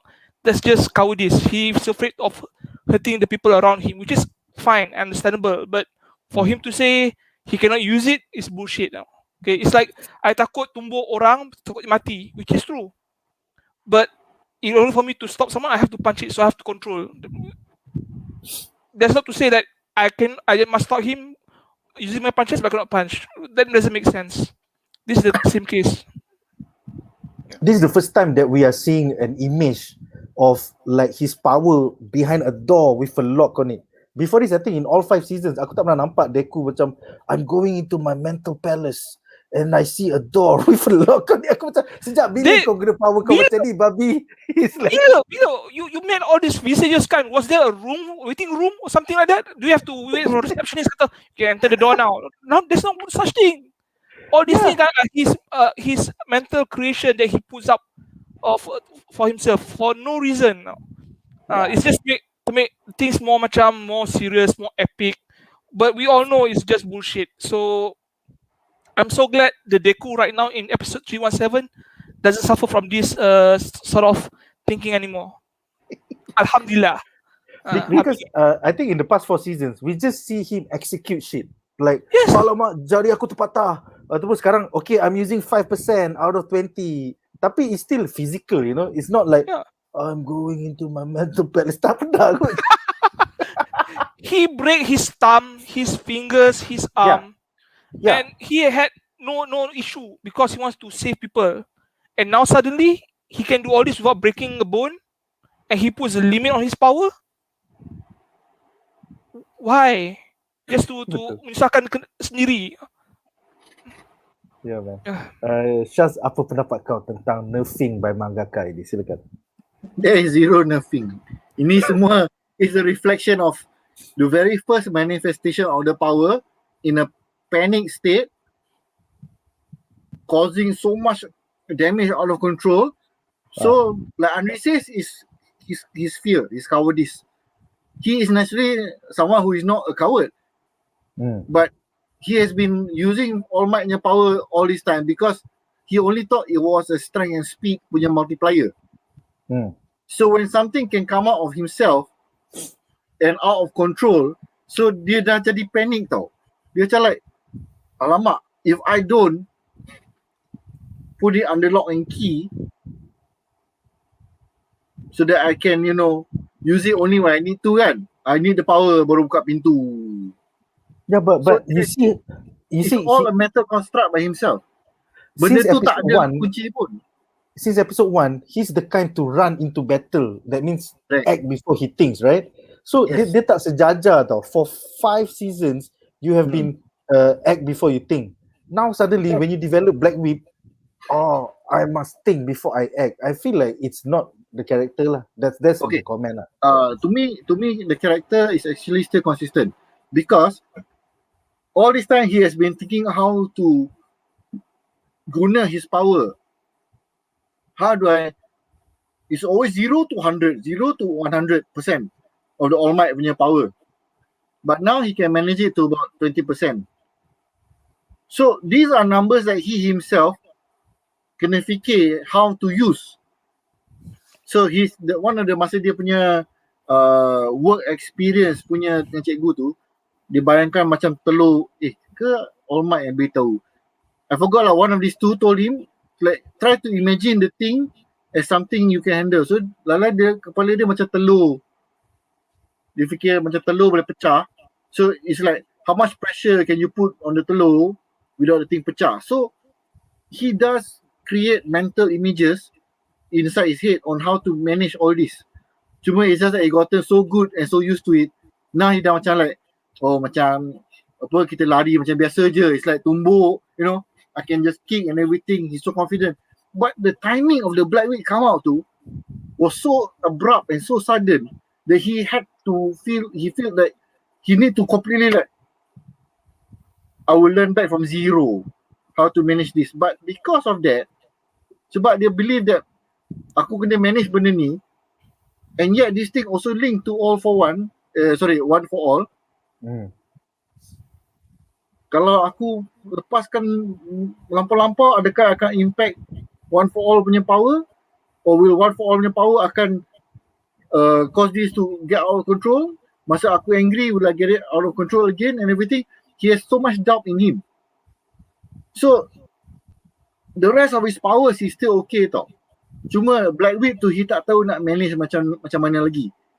That's why macam Anri kata, later on down the road, dia dah macam like, okay, I need to tahan you. Okay, I don't know, now I got a big Hadouken power and whatnot. Because he dah faham, he doesn't need to put any more locks on any of his power. It will just come out naturally. Janji dalam kepala dia cakap, you will not get out of control. That's it. Yeah, he needs to trust himself. I rasa by the time his second or third power, he'll be able to come to terms that, okay, this is not something I really need to fear anymore. That's why masa dia cakap blah blah blah blah blah blah blah, aku letak battle lock kat sini, aku unlock anytime blah blah blah. Aku cakap like, okay, let's see how stupid of a manifestation. Okay, did not disappoint. It was weak and horrible. And he was happy. Dia dah happy dah bro. Aku dah boleh control. Aku boleh keluar sikit. Orang macam, I thought it's gonna like grab 5 people at once and like, all the students are like, let's do this, let's do that. Cikgu semua pun like, it's all in the mind. Because he do not know, he does not understand the power yet. Dia macam tak berani lagi lah. So, do you want to know if by 317 he has control over all 6 or not? Boleh je, I don't mind. Does he have control over all 6 by chapter 317? You want to know? Yeah. Yes, Shaz kata dia nak tahu. He has control of most of it. Good. Okay. Then new powers. Yeah. Okay, that's good because then there's a lot of things to look forward to. Yeah, there's a lot of powers involved. He has more powers he gained that you'll see in 200 episodes, in 200 chapters, not episodes, 2 chapters nice. Tak, you bayangkan yang kalau ni speculation lah, Anri dah boleh gelak-gelak je lah. You imagine kalau he boleh combine the powers kan, macam ada Black Whip dengan kuasa api kan, flaming whips or something. It's like, it's so good. Yeah, man. But mungkin the side effect that if you start combining powers, you will drain yourself out faster. Tak tahu lah. That one we have to wait lah.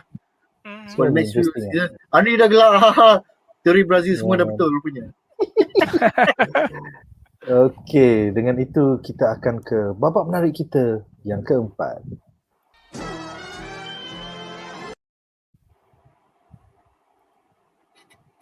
Alright, so babak menarik kita yang keempat adalah the return of the hero internship, ya, di mana pengetua UA mengumumkan bahawa program hero internship akan dimulakan kembali. So satu quote menarik dari principal, originally we had decided to stop them after discussions with the agencies, but this time the Public Safety Commission is requesting all hero course students get on to the job training to learn to deal with the recent increase in villain organizations. That is the actual quote by the commission. So soalan aku kepada para panelis, bagaimanakah agensi hero boleh short-handed? This is what Midnight actually question. Boleh short-handed kalau walaupun society kini saturated dengan heroes, dan mengapakah commission tidak publicize re-recruitment interns ini? How bad is the situation out there? Anri, silakan. Okay, you have to understand, right?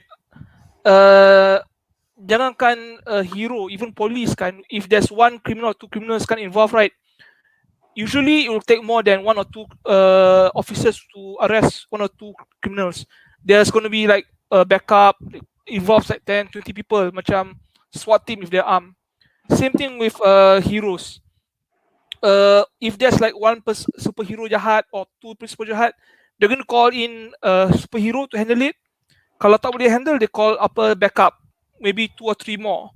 So that's for one crime, one case incident. So this is what they say when they are stretched thin. Maybe the crime rate dah meningkat because of all one for all apa is in jail and all the lieutenants are doing the same thing. I don't know if you watched Harley Quinn, the animated series, but there was an episode in season 2 where Harley Quinn take down the Penguin, Joker, Riddler, Mr. Freeze, Two-Face, and Poison Ivy cakap dekat Harley Quinn, last time Gotham was a crime-ridden area, but we had 5 assholes running in the crime world. Now with all these 5 bosses apa taken out, we got like 1,000 assholes apa doing thing at one time now. So no mas, 1,000 assholes apa doing the same thing. So this is the same case as in My Hero Academia. Big Boss is down for the count for now in jail. So Shigaraki has yet to recover from his recent defeat with the Yakuza punya alliance tu. And now the other people yang lieutenants, dia punya passive supporters, direct lieutenants, secret apa researchers, all those things kan, they are doing the whole thing. So there's a lot of things going on, and the heroes are basically staff for manpower. So that's why they still need to take interns. Last time it was just class 1A, now maybe 1B juga campur. With or without Shinso next semester, because they're that stretched in. That kind of makes sense. It kind of reminds me of real world history, where whenever you take down a despot, contohnya Umar Gaddafi, or you take down Saddam Hussein, you just create 1,000 more Saddam Hussein, and then the civilization crumbles. Right now, if you go to all their countries, right, they are not a thriving economic country that America sees as oh shit, Kimani is keeping oil away from us. Now they are arid deserts with like people semua dah jadi pelarian. So it's like, is it better to have the lesser evil, i.e. all for one, compared to now kau ada 1,000 orang yang nak jadi all for one? Apa pendapat kau, Shaz? Silakan. There's a few things that we can look at it lah. Firstly, kalau you tengok at the very start of the episode kan, dia ada mention, oh, the heroes dekat so and so tempat tu kan macam tak cukup experience.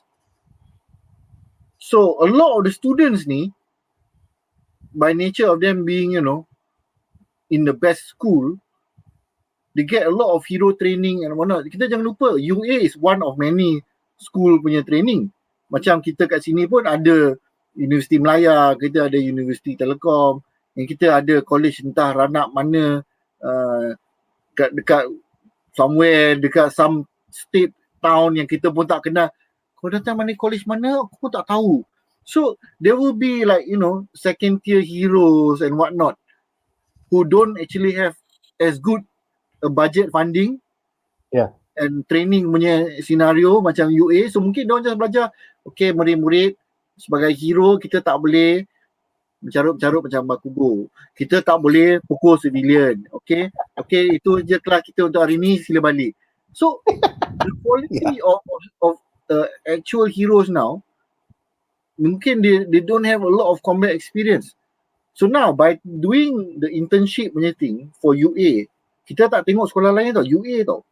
Yeah. Who has a lot of budget funding and actual entire mock cities created to simulate disaster, combat and everything. Kena pula dengan cikgu dia, mamak boleh buat simen, boleh buat bangunan all week long kan. Ini buat bangunan, okay aku buat slowly kan. So by taking these students who some of them already have actual combat experience in the case of 1A, and other students second year, third year who have combat training and sparring is significantly better dengan hero yang kerja dia macam kita tengok, ingat tak kita tengok the movie tu? They went to some pulau, remote pulau kan. Apa kerja hero kita? Tolong pakcik tu tolak dia punya go-kart, sayur. Makcik ni sakit belakang, tolong angkat. It is a hero job. You are helping the community, but they are not combat ready heroes. So now what they do is they take students with combat potential, put them in hot areas or wherever lah, because wherever they throw these people, the agency dia boleh terus, hello agency ABC, dia ada there's some major problem dekat situ. Now they have the additional manpower to run it, and the students get to do all this hands-on punya training and get actual combat experience. Itu satu lah. Two is yang Anri mention tadi lah, with the fall of All for One ni. Now there is no real symbol of, shall we say, symbol of despair, sebab there's symbol of hope. This is the opposite side. So there's no, tak ada banner tau. There is no main villain for everybody to say, okay, kita ikut dia. Now everybody just like, okay lah, dah tak ada ni, dia punya successor pun tak apa-apa, lepas tu hilang-hilang, tak tahu mana. That's why kita boleh tengok Dabi pun doing his own thing already. Cari dengan Hawk semua ni kan, tak tahu lah what's their plans and everything. So there is now a lot of people who are just disorganized and causing problems. So there's two parts to it lah. They are hoping that by getting all these combat potential students in the public, it increases the number of students who can actually fight. Because don't forget, dia mesti ada provisional license. Kalau nak masuk internship and actually fight, kalau tidak, they cannot do that. So it helps the public image jugalah. That's quite interesting. And I hope that over this next core, we get to see more. And dengan itu kita akan, kita ada beberapa komen yang aku akan bacakan sekarang. Sorry. Aku tengah sibuk cuba nak download World Heroes Mission punya trailer for us to watch later. Aku terlupa. So that's why masa Shaz tengah cakap tu aku macam I'm like on another tab looking at other stuff. Okay, sorry. Anyway, category The Great mengatakan, but Bakugo still don't have a hero name. Mr. Jin penat fikir. What are your thoughts about Mr. Jin punya flashback? Aku macam wow, Bakugo macam kena training, sikat rambut, cari nama. Silakan pendapat korang.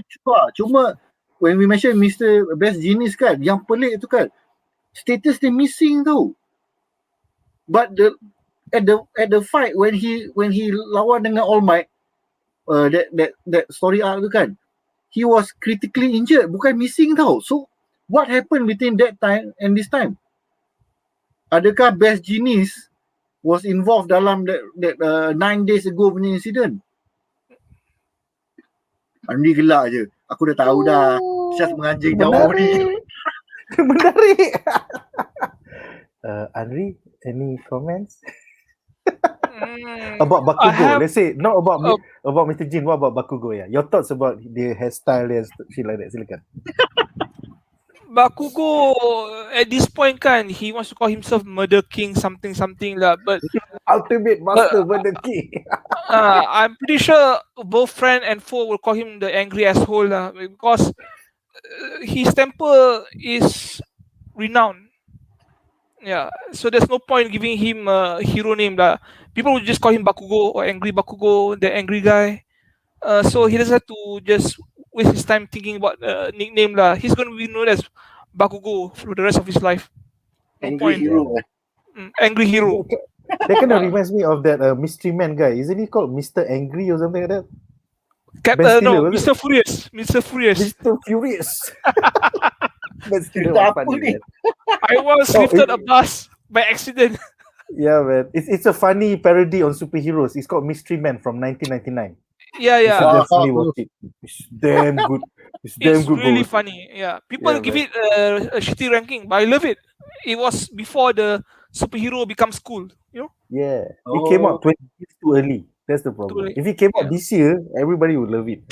Itulah. It's a DC or Vertigo comic. I'm not sure if it is. It is based on a Dark Horse. It was a Dark Dark Horse parody of, like, say, the Justice League ataupun you know.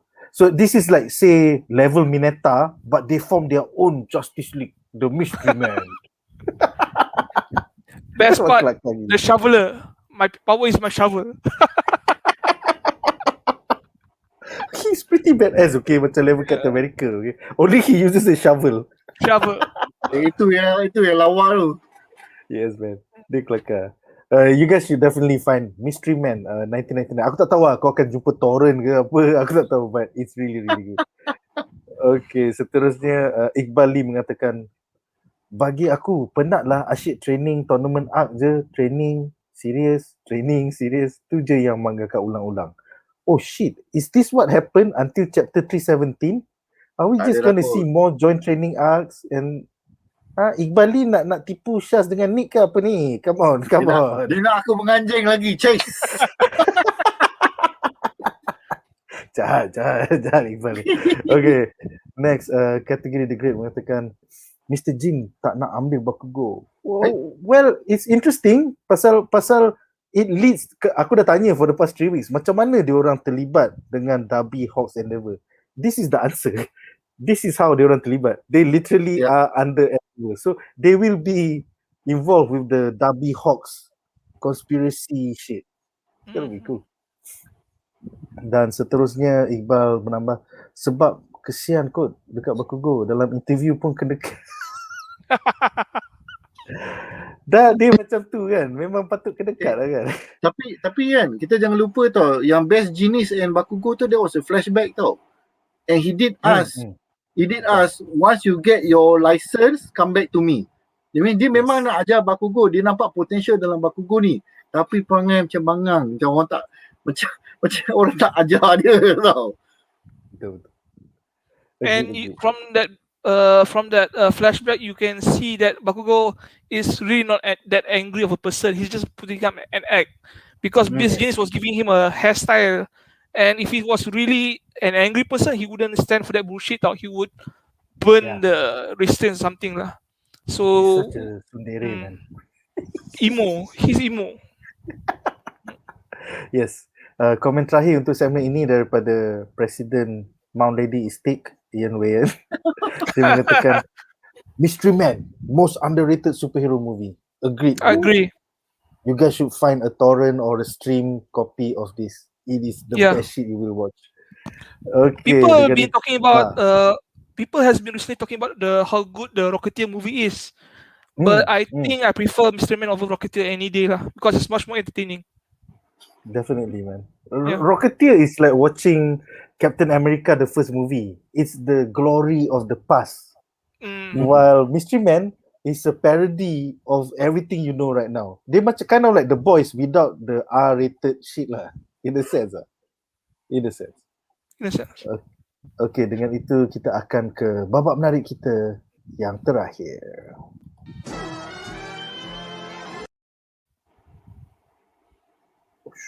Lagi gila malam ni. Sorry guys. Okay, so babak menarik kita yang terakhir is the other program di mana pengetua hints towards another secret program by the commission. Principal mengatakan, and Aizawa about the commission's other program ... fade to black. Aku macam, hey you fucker, what is this? Dah lah, kau ambil exterior shot. It's not even the principal talking to Aizawa. It's the picture of the fucking door. Kalau kau tengok overlay aku pun gambar the door je. Apa secret sangat benda ni? So soalan aku kepada para panelis, apakah program commission yang kedua ini? Pada pendapat anda, adakah ia berkaitan dengan hero support course serta industri hero support yang diorang hint last week yang company tu baru masuk dalam hero support? Kita mulakan dengan Anri yang dah tahu jawapannya tapi tak boleh bagi tahu kita. Silakan. I probably know something about this, but I'm not so sure. I can't remember. Okay. But because there's a lot of major shit happening after this tau. After the Endeavor punya internship and the villain arc, there was a major incident happen, and after that major incident, another major world, the whole scene incident will change happen. So it could be related to that, yang the first incident. But without spoiling it, I cannot comment much lah. Okay. But we will have to basically wait. they will explain what this other program is lah. Yeah. It's not actually. I don't think it's actually a program. I think it's a more of a project, more like a mission. I think that's what it means lah. Program mission for this particular mission. I think that's the one. I could be mistaken. Maybe I'm mistaken for something else lah. I feel despite being a filler episode, this is a stronger filler episode because you're actually setting up the future. You know, 9 days ago, commissions other program. Dia macam, hey Babi, I want to know more. Compared to the previous episode was like, alah boringnya. Shaz, apakah pendapat kau? Yeah. Aku zero idea on what this other program is because there's never been any reference to this. Masa Aizawa dengan President Mike last week sembang pun, oh is it like the other guy pun aku macam like, siapa? Yeah. Zero tau, there's zero info. From anime alone kan, kosong. Aku macam like, it's not like something macam like, alamak benda ni aku rasa macam ingat, mungkin one of our penonton can remind us. This is like, what? Where? Zero. Tapi kan, you mention tadi pasal the commission kan, that old lady belakang meja tu. Yes. And dia dengan menghadap Hawks kan. Yes. Hawks ni,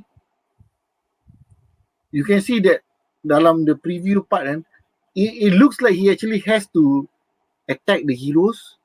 Aku tak tahu tu, macam cara disusun dia punya snippet kan, preview punya snippet tu, macam dia attack heroes tau. Macam dia fly dan attack, macam like, is it macam fake out kan, dia selalu suka infiltration into the League of Villains. Yes, because he has to prove to Dabi that is loyal to the cause. Dia double agent, but dia double agent kepada siapa sebenarnya?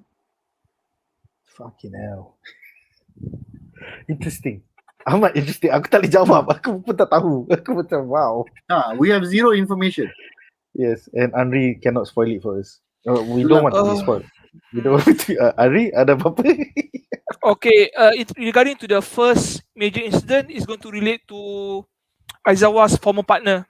I would say. So this is basically a setup to the setup to the setup. So the setup from last week is relevant to this week into future punya arc.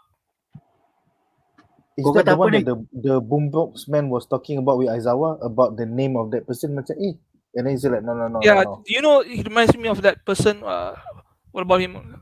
He didn't elaborate kan last week. Yeah. And then this week they mentioned about this commission. Yeah, it's going to be related. Sialah, breadcrumbs, man. Yeah. Breadcrumbs. Yeah. Okay, kita ada beberapa komen daripada penonton di rumah. Pertama daripada pelukis komik Malaysia yang legenda, Muhammad Azhar Ozawa, Maria Ozawa. Bukan bukan tuan. Aizawa.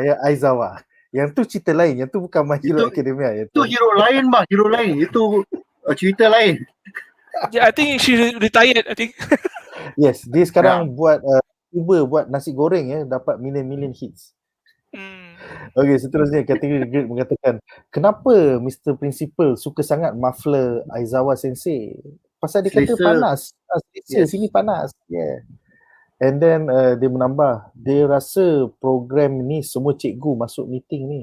Yeah, but he only spoke to Aizawa. Was it like Aizawa alone or everybody was there?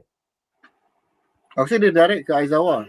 Yeah. Dia cakap sebelum tu, and then after that dia kata kita nak PM tepi kind of thing. Kan? Ni PM tepi kan? Or is everybody involved? PM tepi. Okay. I think it's just Aizawa. He meeting adjourned. Aizawa, can we talk? Yeah, that's what it sounded like.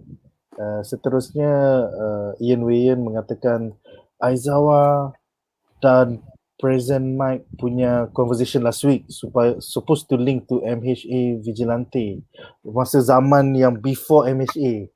Wow. Patutlah kita kosong. Yeah man, interesting. Nice. When are they going to make that into anime though? I want to watch that shit. Kan? Adult heroes fighting. Any news, Anri? I don't think there's any news on Vigilante being made into an anime, unfortunately, because I'm interested in watching it. How many issues was it? How many chapters? Right now, quite a lot actually. I think 100 over, 57, something like that. I tak ingat lah. Are you telling me it's still ongoing? It's still ongoing, and I don't actually follow it, which is sad because I'm reading a lot of things, especially Korean manhwas, aside from My Hero Academia. So if it's ongoing in the past, does it have all for one and one for all? So far no. It's just fighting smaller scale villains so far, but they're getting bigger and bigger.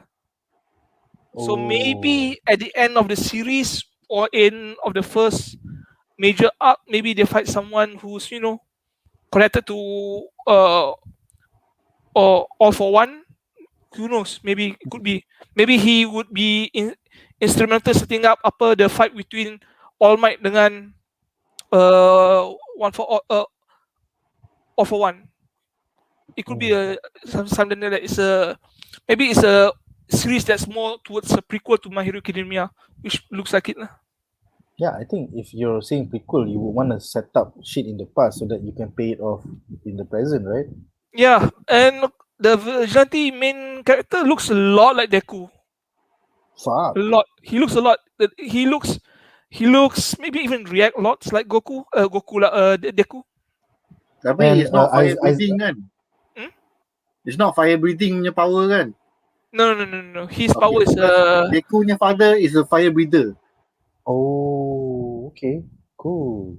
Maybe this is the real father. Dia diam je. Dia macam I don't want to say. Oh, by the way, Ian menambah MHA Vigilante dah final arc, dah reach climax, almost finale. That means they're not fight all for one lah. Oh, interesting. Hopefully one of these days it will be adapted as well. Yeah. Okay, dengan itu berakhirlah 5 babak menarik tentang episod minggu ini. Dan kita akan bincangkan harapan kami bagi episod pada hujung minggu ini.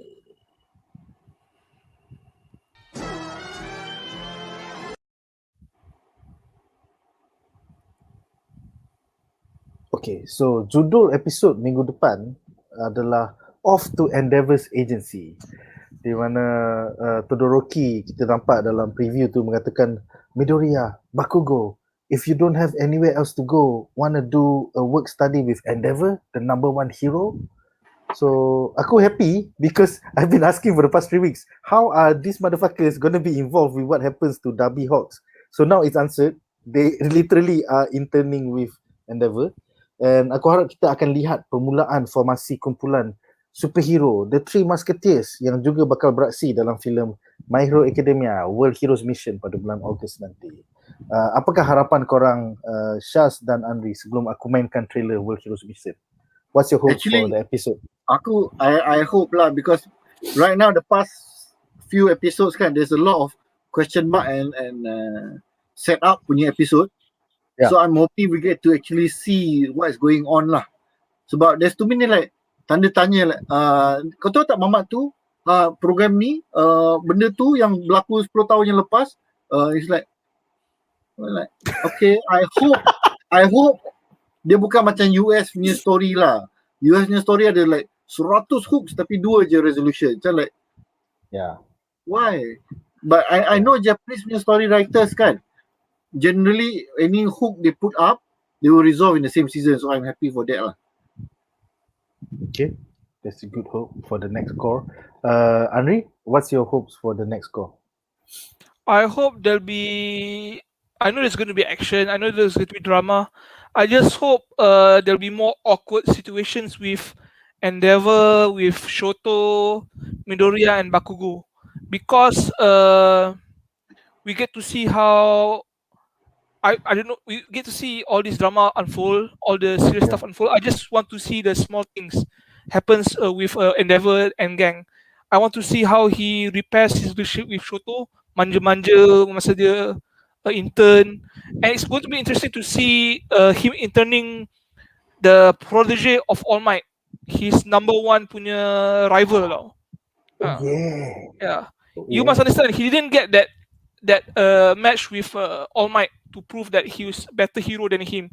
So maybe he's going to nurture Midoriya to become a better hero than what All Might could be, and that's he's going to be his end game victory.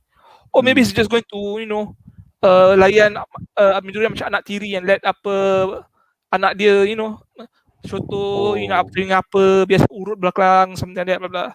I know the story, but I know it's fucked up. I know what's going to happen, but still, and when you see this poster and what's going to happen, right, you just can't hoping something like that is going to turn up.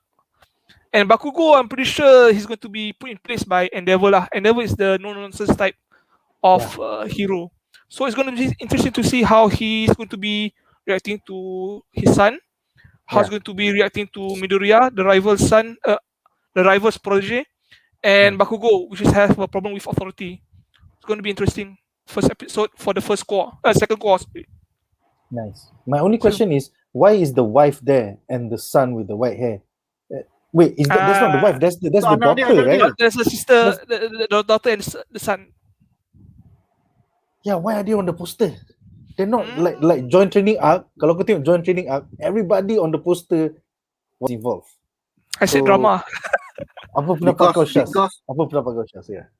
The theory Brazil is that we are finally going to see who W really is. The mystery abang kot. Oh. Because you see, kita, you know, once in a while we are exposed to all these other fans. So kalau you tak search pun, the theory is always like lying around among the anime saja tau, not the manga punya fans. Semua dah gelak-gelak lah, korang teori je lah. But all the anime fans pun semua cakap ke, is W related to Endeavor ke somehow, some way? Because the theory being that anak Endeavor, the oldest, had so much fire and lost control that he burned himself because he inherited so much more fire potential than the father.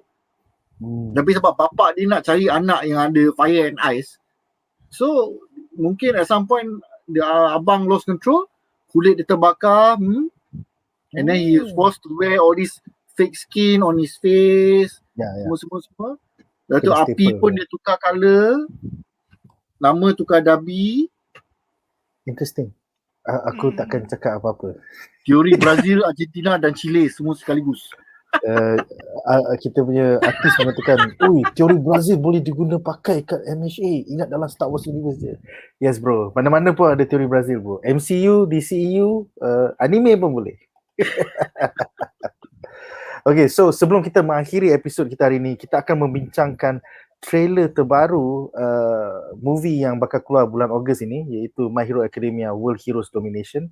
So ini extra kepada yang kita biasa tengok. So aku akan mark it here.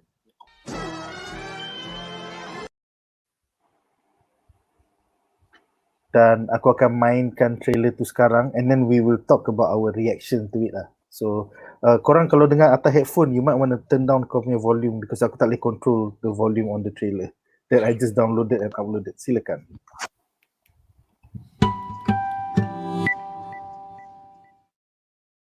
繰り返します。殺人事件の犯人は伊豆久緑谷と断定、全国に指名手配しました。交通機関が次々と麻痺していきます。待機中のヒーローチームに出動要請を。緑谷少年か。本当に何やった。人類の救済を。人類の救済を。では始めよう。人類の救済を。すみませんでした。お仲間だね、ヒーロー。離せ。ちょっとだけ。なんで俺が買い出ししなきゃなんねんだよ。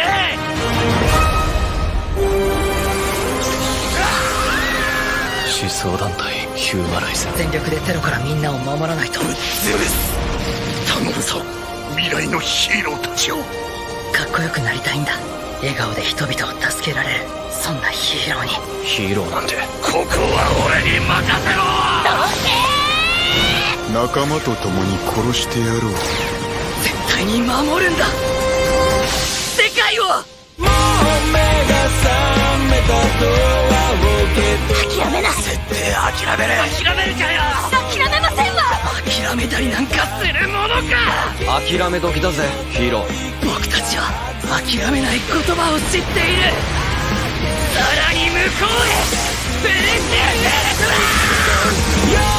僕のヒーローアカデミアザ・ムービーワールドヒーローズミッション。ゲームオーバーだ。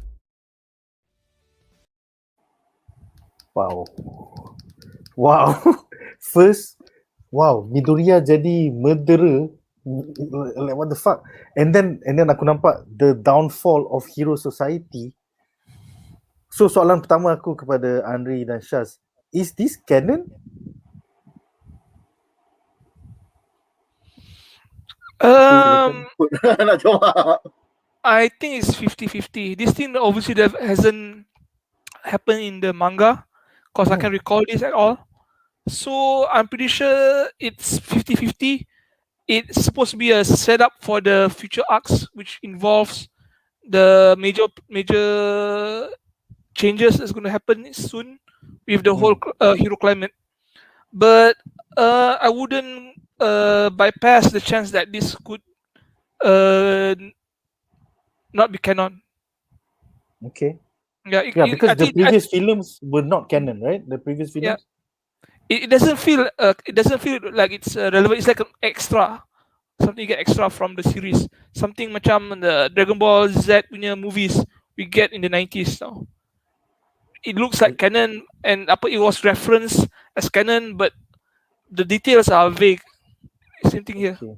It's kind of weird. Shaz, pendapat kau, reaksi pertama selepas menonton trailer ni?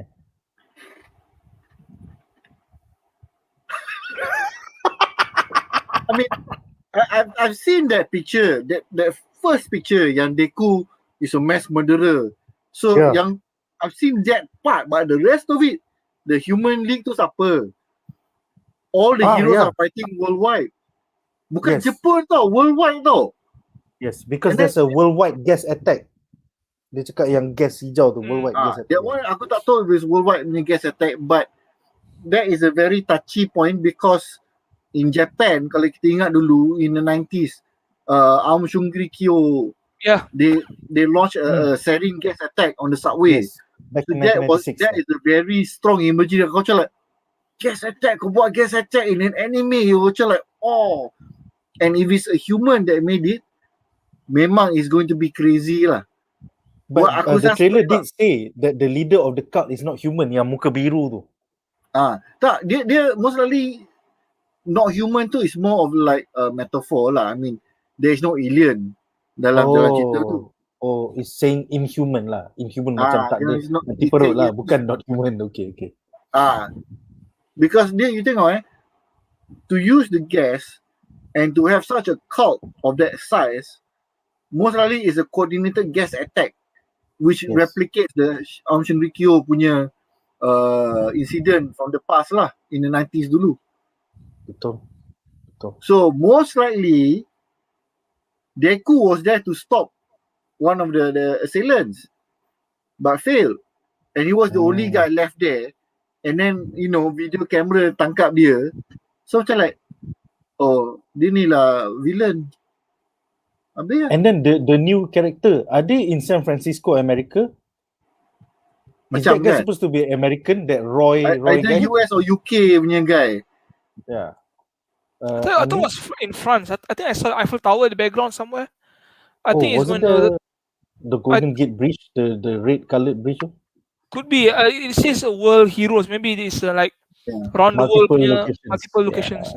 Yeah. So kita ada soalan daripada penonton di rumah. Tuan Azhar Ma bertanya, saya tak pernah layan My Hero Academia, anime ataupun manga. Boleh terus layan movie ni atau tidak? Stand alone ke? Okay ke? Your thoughts as a manga reader, and then aku tanya Shaz lepas ni. I'll be what do you think? honest, I think you will be lost watching the movie. I think you better just watch the first season, and maybe you get better appreciation after that. You jump to the movie lah. Yes. Just touch the water a bit, because if you just watch the movie, you get lost. You won't enjoy it. I think you better spend your money seeing something else lah. Okay. Shaz, apa pendapat kau? Boleh tak Tuan Azhar terus menonton? Kalau ada time, just watch all the anime. Memang is a daunting punya thing. Tapi kalau nak shortcut lah, Yes. watch Two Heroes Rising. Yang dah ada kat Netflix kan? Ada Tak tahu. Tapi yes, Tuan Azhar patut menonton filem sebelum ni yang daripada tahun lepas. Because My Hero Academia Two Heroes Rising, yeah. okay, because it gives sufficient Introduction. Aku tengok the newest film ni, villain dia is not the anime series punya villain tau. It's a new villain. So kita tak kisah villain tu sangat, but kita nak tahu the powers of the heroes, the students lah. So the previous film is good enough because they introduce all the character, dia punya power and dia punya interaction and friendship. So that is alone cukup syarat lah, I would say. Cukup syarat, but you will not be as good as watching the full thing lah. Okay. But it really depends. Kalau katakan time tak, masa tak mengizinkan, watch at least Heroes Rising punya film. Then you dah kena can ingat watch the next sebagai one. seorang artis dan juga lecturer, Tuan Azhar terpaksa lecture during the day and then melukis during the night when the kids are asleep. So kalau kau nak kejar Tuan Azhar, jangan lupa tonton My Hero Academia Two Heroes Rising dulu, lepas tu baru tonton yang filem terbaru ni tahun ini. So yes, he has a heavy schedule. Dah lah dia nak siapkan komik baru, Liga Pendekar Raya mana bro. Okay, I look forward to that. Maybe setahun dia sekarang atau 2 tahun dia sekarang. The next, kategori The Great berkata, saya rasa DEKU lawan dengan penunggang agama yang buat mass murder. Mungkin. Yes. That's quite interesting. Yeah, it's like the Shin what? Aum Shinrikyo. Yes, that. Like 1 or 2 weeks ago dia tunjuk balik ada documentary on him. So the story is fresh in my head lah. Even LOKI, one of the timelines that is affected is 1995 Tokyo, Japan. The time when the cult was first. So ada variant LOKI di situ ya. Yeah. I should start watching that lah. Baru 3 episod kan. Episod ketiga minggu ini. You should start watching the first 2 episodes. Sempat. Next, Iqbal Lee mengatakan cult leader tapi design main villain tak ada vibe My Hero Academia. Lebih pada vibe villain movie Naruto. Pendapat korang tentang main villain? Silakan Anri. I think the whole movie for this particular movie looks a lot like a Naruto movie than a My Hero Academia movie. At this point, they're rehashing a lot of things from the previous Naruto movies. It's basically the hero from the series going to meet some sort of bad guy just for this particular movie, and then they're going to clash and do their hero stuff. I don't think it's actually doing much favor for the series in the long run. But if it has like macam during the development of the movie, the story wise, and at the end maybe they have some macam breadcrumbs or at least or ties to macam All for One. Maybe it's going to be worth it lah. If it's just for the sake of making this movie alone, I don't think it's adding much value to the whole franchise.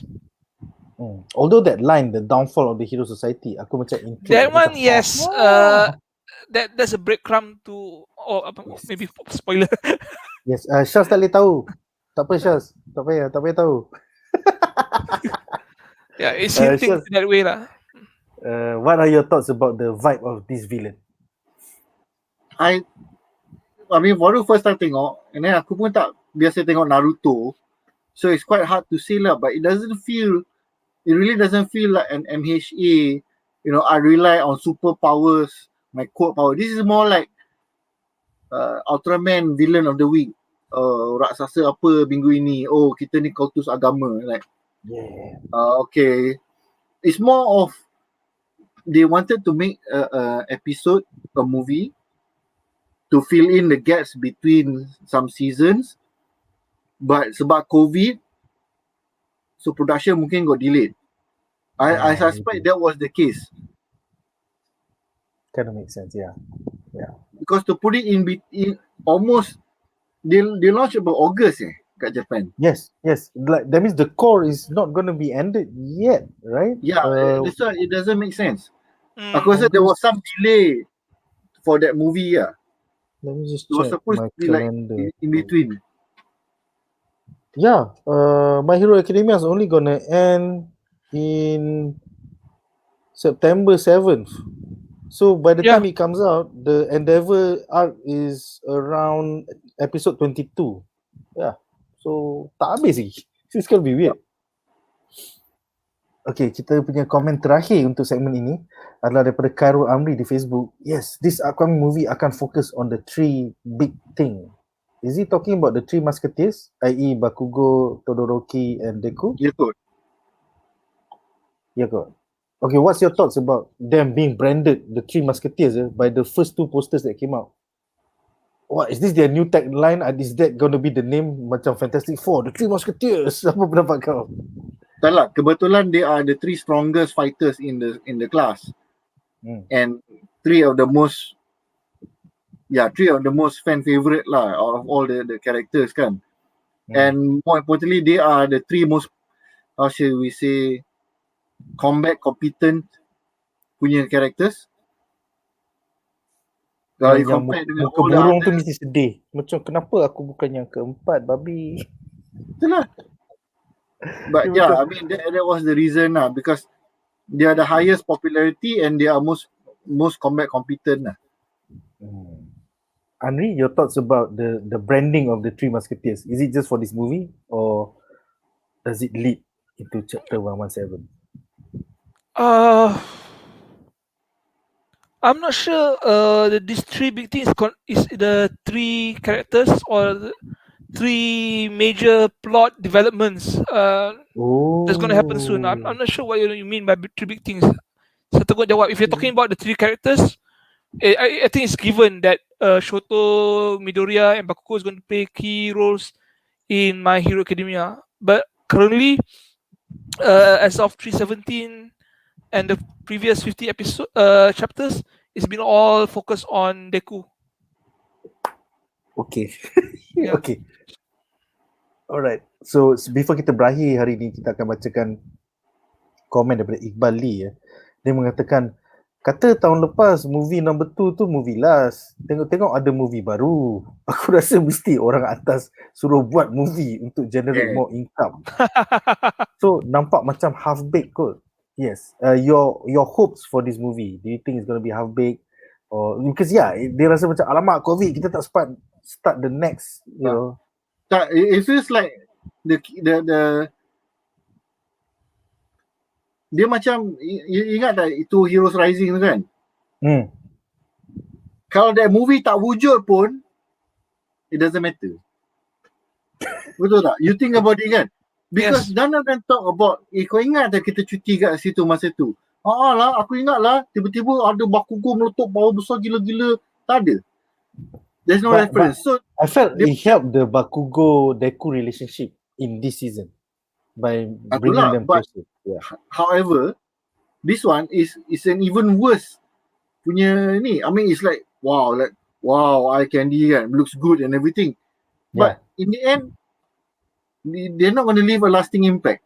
Sebab Anri has read the manga up to this point pun macam like tak kenal apa mamak putus agama ni kan. Ada breadcrumbs lah. Say ada breadcrumbs lah. Dia macam retcon. Dia retcon this shit into the timeline. Anri, your thoughts? I think this movie is just made for make more money from the franchise. Senang je. They're going to make more movies in the future. I don't think they're going to make much money from this, considering COVID is still hampering the cinema scene. I don't think we're going to watch it unless we're watching it on the platforms lah. Aku harap bulan Februari depan JSC akan bawa masuk lah. Sampai sekarang aku tak tengok Mugen Train lagi kat cinema tu. Aku macam fuck lah. I hope GSC survives upper next few months. They haven't been in business for like a year. Yes, it's crazy, man. Sedih. MBO is gone, right? MBO is gone. MBO got bought up by JSC. I bet you like JSC macam fuck, we bought more cinemas and we can't use them. At least we're talking about GSC. How about TGV? Tak ada kapal berita. TGV should die soon. It's pretty dire. Yeah. Malaysia right now, effectively tahun 2021 ni dah kira burn ya guys. Korang jangan haraplah nak pergi bercuti ke apa ke, dah burn guys, dah burn. Kita optimistically akan buka balik bulan September Oktober, tapi looking at our current management, kalau parlimen tak buka September Oktober tu is never going to happen. Effectively kita akan sambut New Year's dalam bilik kita sendiri sambil main fireworks dekat YouTube, and then tak tahu macam mana 2022 is going to happen atau tidak. Okay, unless parlimen starts back again. Dinnerlah gandam, duduklah kat rumah, stay safe. Tontonlah anime. Azhar, kau tak boleh keluar rumah kan? Kau tontonlah anime. It's like okay, sorry to end on a very sad note, tapi terima kasih kerana menonton. Terima kasih kepada para panelis Anri, Alwi dan juga Shaz. Kalau aku start politik, kita akan jadi live stream 5 jam, so tak payah. It's like jumpa lagi di episod-episod minggu depan. Esok kita akan cover Rick and Morty Season 5 Episode 1. Join us kalau korang kaki Rick and Morty. Hari Khamis kita akan bincangkan Superman Episode 13, di mana Abang Superman sedang membuat hal. So quite interesting. Tak pernah dalam 83 tahun history of Superman ada abang. So this is fucking cool. And hari Jumaat kita akan bincangkan tentang Loki Season 3, tentang variant Lady Loki. Sorry, spoiler Shaz. Okay guys, dengan itu majulah fandom untuk negara. Bye-bye. Bye. 3, 2